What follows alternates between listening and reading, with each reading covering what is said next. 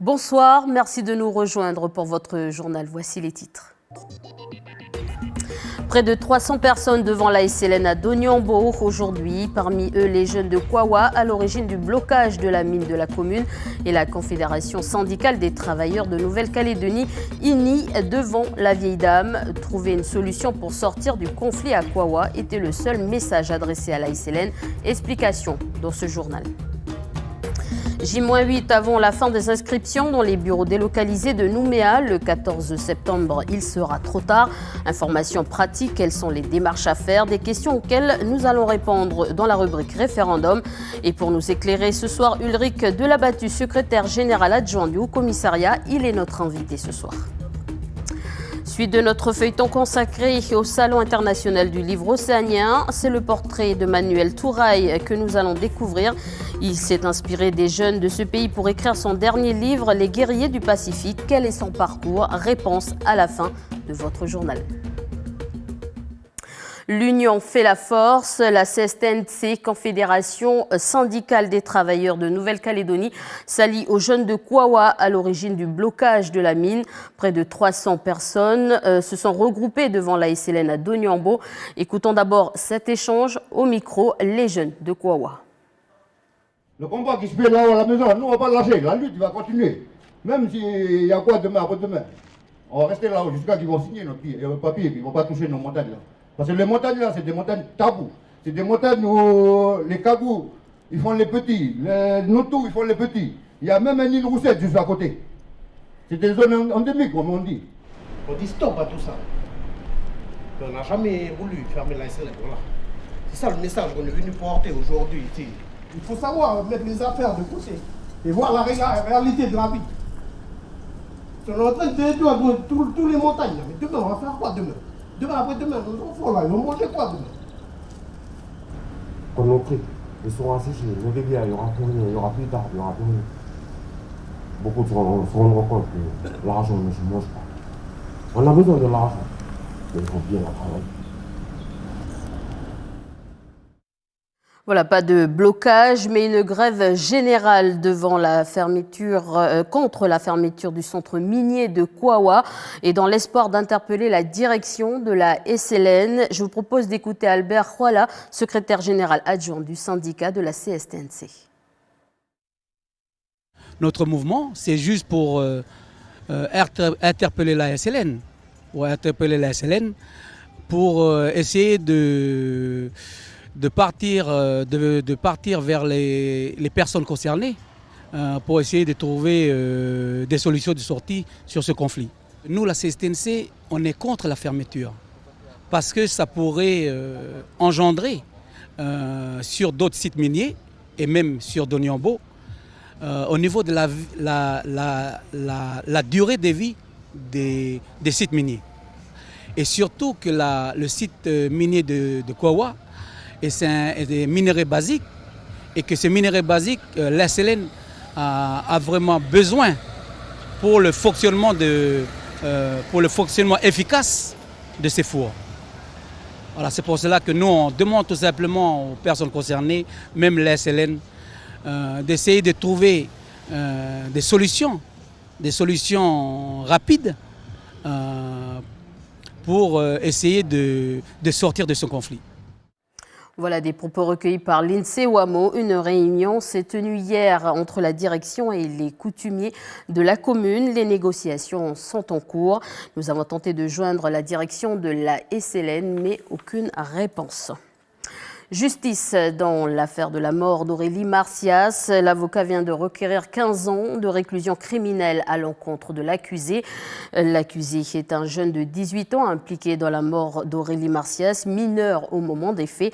Deux autres complices âgés de 14 et 15 ans au moment des faits ont été condamnés, eux, de 6 à 7 ans de prison en juillet dernier devant le tribunal pour enfants. Le délibéré est en cours. Dans l'actualité du Pacifique, Wallis et Futuna est devenu membre du Forum des îles du Pacifique. L'annonce a été faite hier à Nauru. Je vous rappelle que l'un des combats de cette rencontre est le réchauffement climatique. On reste dans le Pacifique, au Japon, après le passage du typhon hier qui a fait 11 morts et de nombreux dégâts. Le pays a été encore frappé ce matin par un séisme de magnitude 6,7. Ceci a provoqué un important glissement de terrain et des coupures de courant sur l'île d'Hokkaido à 62 km au sud-est de la capitale régionale Sapporo, faisant 2 morts et une quarantaine de disparus. Plus d'une centaine de personnes ont par ailleurs été blessées. Le bilan provisoire serait de 13 morts et une quarantaine de disparus. J-8 avant la fin des inscriptions dans les bureaux localisés de Nouméa. Ces inscriptions concernent les personnes qui ne pourront voter aux îles Loyauté, Bélep et l'île des Pins. Alors comment faut-il s'inscrire? Quels sont les papiers à fournir? Est-ce qu'en votant dans ces bureaux délocalisés de Nouméa, je risque de perdre mon droit de voter dans ma commune pour les prochaines élections? Des questions qu'on va poser ce soir à Ulrich Delabattu, secrétaire général adjoint du Haut-Commissariat, qui sera notre invité. Et nous avons suivi également Jules Béharounet, originaire de Marais, lors de son inscription. C'est votre rubrique référendum.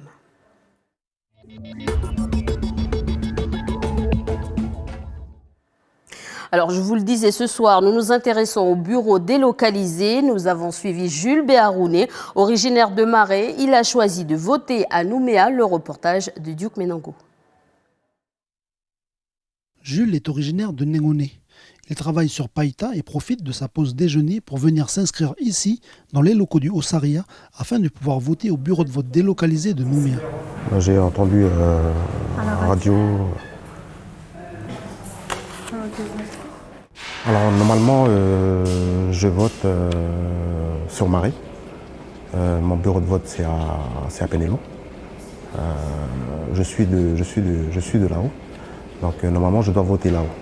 Moi, pour moi, c'est très bien d'avoir un bureau délocalisé sur Nouméa pour me faciliter parce que c'est pas facile parce que nous, quand on travaille ici sur Nouméa, donc c'est très difficile de se déplacer. Ce loyalcien aurait aussi pu voter par procuration, mais la paperasse administrative l'en a dissuadé.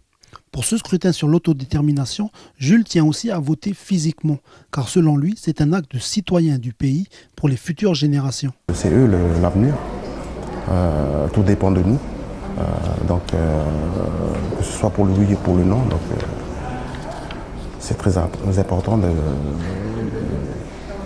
voter. Jules est la 1432e personne à avoir effectué cette démarche. En tout, il lui aura fallu 6 minutes pour remplir un formulaire et récupérer son attestation d'inscription.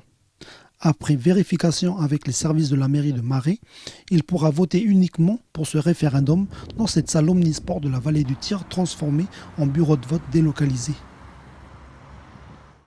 Voilà, et avant un mode d'emploi proposé par Prosper Pkagou, nous recevons depuis Nouméa Ulrich Delabattu, secrétaire général adjoint du Haut-Commissariat. Bonsoir. Bonsoir. Merci d'avoir accepté notre invitation. Aujourd'hui, près de 8000 personnes recensées pourraient donc profiter de ce dispositif. Nous sommes près de 1400, donc les 1400 personnes sont effectivement inscrites. C'est très loin du compte? Alors c'est loin du compte, mais les projections à plus de 8000 candidats possibles étaient des projections hautes. Il fallait s'assurer que le lieu d'accueil des bureaux de vote serait en capacité d'accueillir le maximum de personnes possible. On avait estimé donc avec une fourchette haute que 8000 personnes pouvaient être concernées. C'était à partir des estimations faites sur le nombre de procurations recensées dans les communes iliennes. Ça a conduit à cet étiage. Bon, en pratique, forcément, on serait un peu en dessous. D'accord, merci pour cette réponse. Avant de poursuivre cet entretien, pour les questions pratiques, nous allons comprendre ce soir comment fonctionnent les bureaux délocalisés de Nouméa. Les précisions de Prosper Pkagou. Les inscriptions se déroulent du lundi au vendredi au centre administratif du Haut-Commissariat de la République en Nouvelle-Calédonie, de 8h à 16h sans rendez-vous. Une permanence d'accueil est mise en place ce samedi 8 septembre de 8h30 à 14h. Pour effectuer vos démarches d'inscription, vous devrez simplement vous munir de votre pièce d'identité et remplir un formulaire. À l'occasion de l'enregistrement de votre demande au Haut-Commissariat, un récépissé attestant du dépôt de votre demande vous sera remis. Vous recevrez votre carte électorale spéciale pour le référendum ainsi que toute la propagande électorale à votre adresse sur votre île d'origine. Les bureaux de vote délocalisés seront implantés dans la salle Omnisport François Anéoui à la vallée du Tyr. Pour rappel, ce choix ne concerne que le référendum du 4 novembre. Si vous demandez à voter dans un bureau de vote délocalisé, vous ne pourrez pas changer d'avis pour ce scrutin. En revanche, vous voterez toujours dans votre bureau de vote d'origine pour les prochaines élections. Alors, nous sommes toujours dans la rubrique référendum et le sujet du jour est les bureaux délocalisés de Nouméa et nous nous retournons vers notre invité.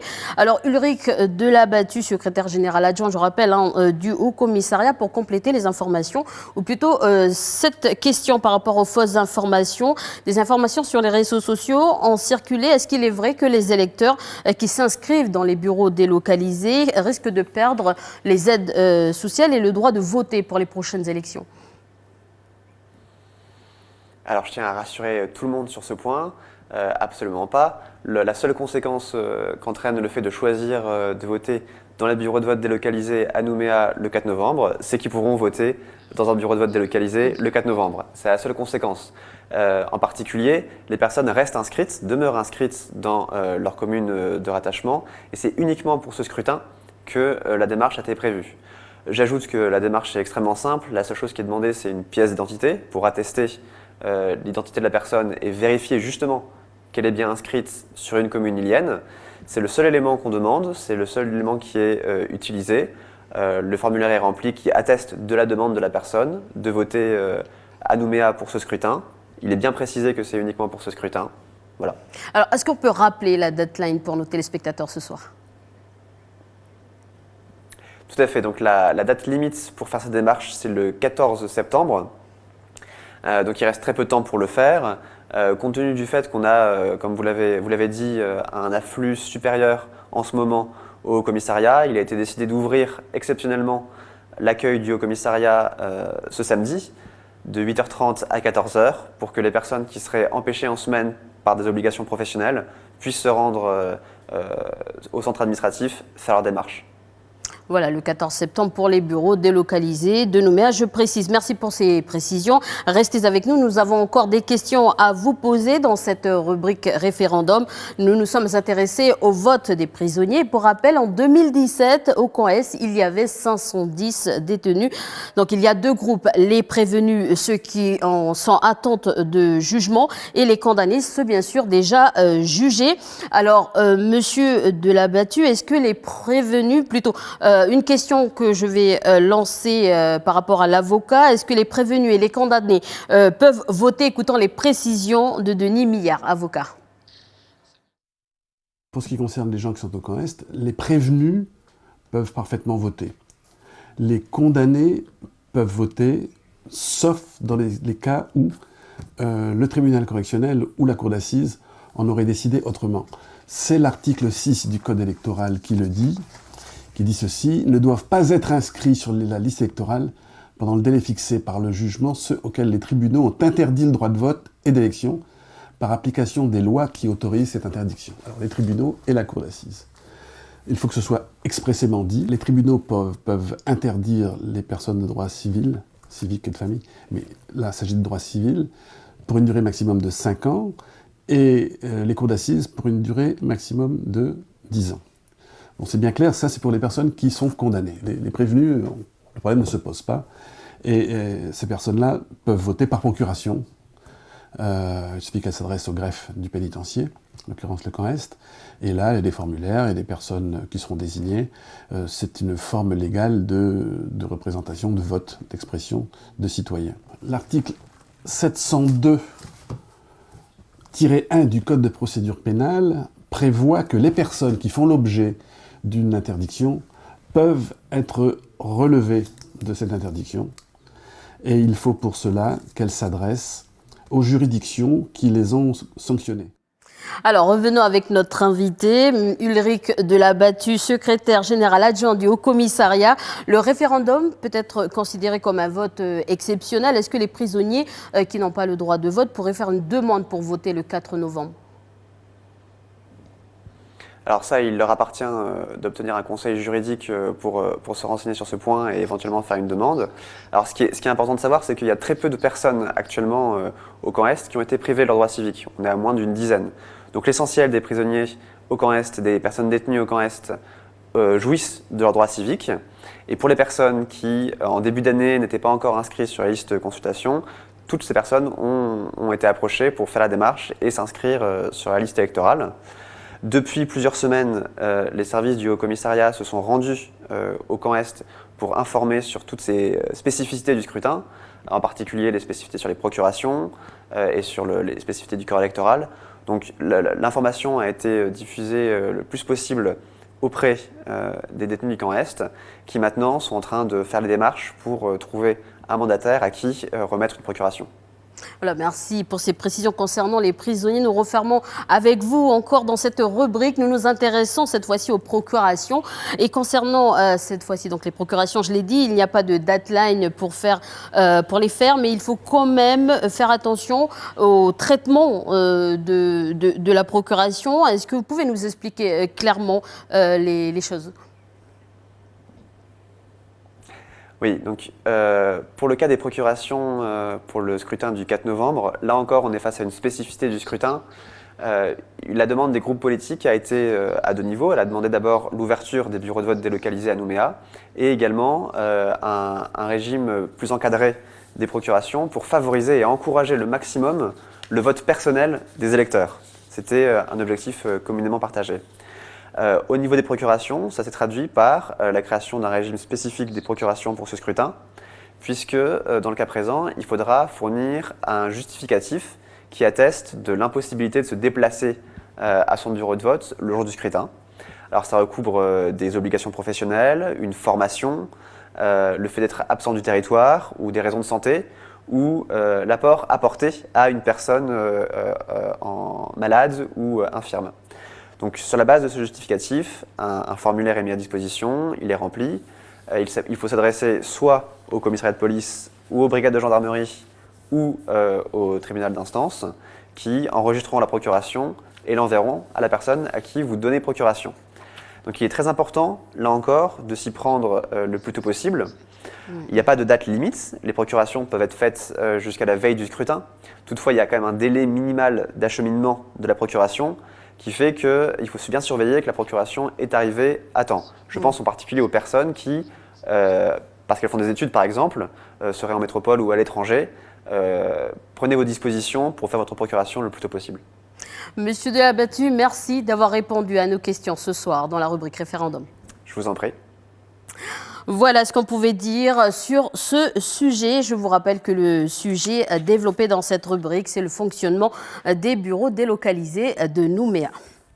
Cinéma, le cinéma Niana Koné, inauguré aujourd'hui par les officiels de la province Nord, les coutumiers, mais aussi par les représentants du groupe Ixon. Le groupe qui gère le Ciné-City de Nouméa sera aussi chargé d'assurer la programmation du cinéma de Koné. Les deux salles pourront accueillir 240 personnes. Le film Mission Impossible est diffusé ce soir, mais l'ouverture est programmée pour plus tard. Les précisions de Douglas Ixon, directeur de la programmation. Alors l'ouverture le 12, c'est ce qui est programmé, mercredi prochain. Sincèrement, tout devrait bien se passer pour mercredi. Si jamais on avait une difficulté, eh bien, elle sera un petit peu reculée. Mais normalement, le 12, on retrouve en programmation Mission Impossible dans la grande salle en 3D et puis deux autres films, Skyscraper et Les Indestructibles 2. La programmation qui est prévue, c'est plus d'une centaine de films qui sont tirés de la programmation des films qui passent à Nouméa. Et donc là, on va faire une programmation le plus rapidement possible derrière Nouméa et au même prix, c'est-à-dire le tarif en 2D est à 1260. Voilà, le coût du total donc, du projet s'élève à 502 millions.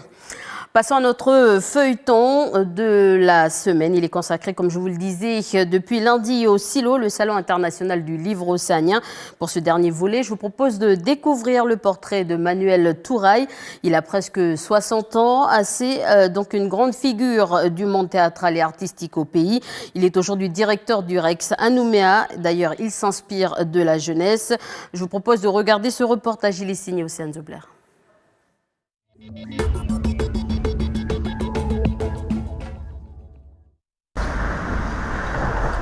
Assistant réalisateur dans le cinéma, puis directeur de production dans le domaine du spectacle vivant à partir de 1990, Manuel Touraille sera pendant près de 10 ans directeur du Théâtre de Lille.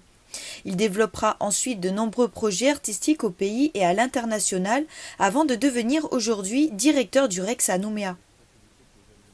Et ça a joué à Sydney. Et ça c'est vendredi, samedi, c'était le dimanche. C'est dans le cadre du silo. Ça, je pense que c'est intéressant d'aller voir ce spectacle.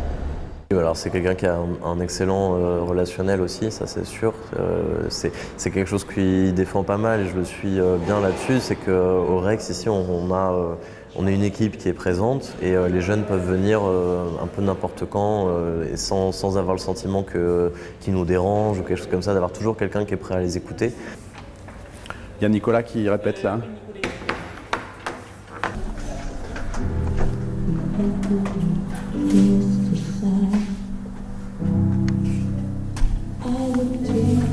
Et le milieu associatif et le milieu artistique, c'est sûr qu'il faut mieux aimer les personnes, les relations humaines. Et c'est toujours inspirant, mais c'est surtout, il ne faut jamais différencier la culture savante de la culture populaire. Ce qui est savant aujourd'hui, c'était populaire hier, l'opéra, le cinéma muet, etc. Donc ça, c'est le spectacle Massacre à la princesse, que nous avons en octobre. Et là, c'est en septembre. Le grand concours de chorégraphie où il y a déjà une centaine d'inscrits, je crois, voire plus. Ouais. Une centaine de jeunes, disciplines confondues. Manuel, en plus du spectacle et du Rex, est aussi écrivain. Publié à Paris et à Nouméa, il vient de sortir un livre, Les guerriers pacifiques, publié par Écrire en Océanie. Ce livre d'une dizaine de pages parle d'un peuple guerrier mystérieux qui, face à la civilisation, nous donne une leçon de vie et laisse surtout place au voyage intérieur et à l'imagination. J'adore faire dialoguer et créer des personnages.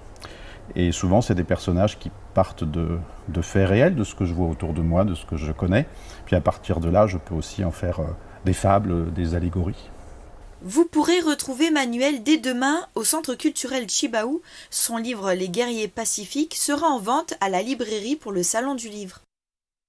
C'est la fin de votre journal. Merci de votre attention. À suivre la météo puis votre émission. Bienvenue dans la bande. Bonne soirée.